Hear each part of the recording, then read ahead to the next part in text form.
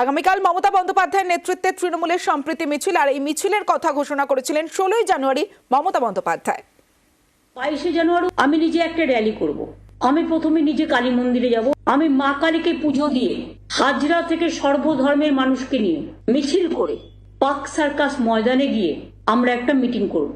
মা কালীকে ছুঁয়ে মন্দির, মসজিদ, গুরুদ্বারা, ওখানে অনেক গির্জাও আছে, সবকিছুকে ছুঁয়ে সব ধর্মের মানুষকে নিয়ে আমরা একটা র্যালি করব।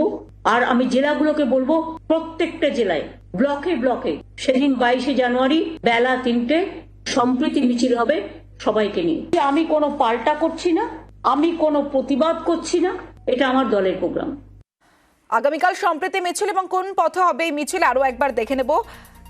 কালীঘাট মন্দিরে পুজো দিয়ে শুরু হবে মিছিল। হাজরা পার্ক থেকে হাজরা রোড ধরে স্কুটারে গড়চা রোডের গুরুদ্বারে যাবেন তৃণমূল নেত্রী মমতা বন্দ্যোপাধ্যায়।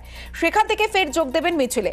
বালিগঞ্জ ফাঁড়ি থেকে পার্ক সার্কাস যাওয়ার পথে মসজিদ ও গির্জাতেও যাবেন মমতা বন্দ্যোপাধ্যায়। মিছিলের মধ্যে দিয়ে আমরা বলবো সকলকে সংহতি, সম্প্রীতি এবং ঐক্যের বার্তা। ভারতবর্ষে এই মুহূর্তে খুব জরুরি বিষয়। কোনো রকম অস্থিরতা বা চাঞ্চল্য সৃষ্টি করার ক্ষেত্রে দেশে এমন কিছু কর্মসূচি নেওয়া উচিত না যা আমাদের এই সংহতি সম্প্রীতিকে বিপন্ন করে।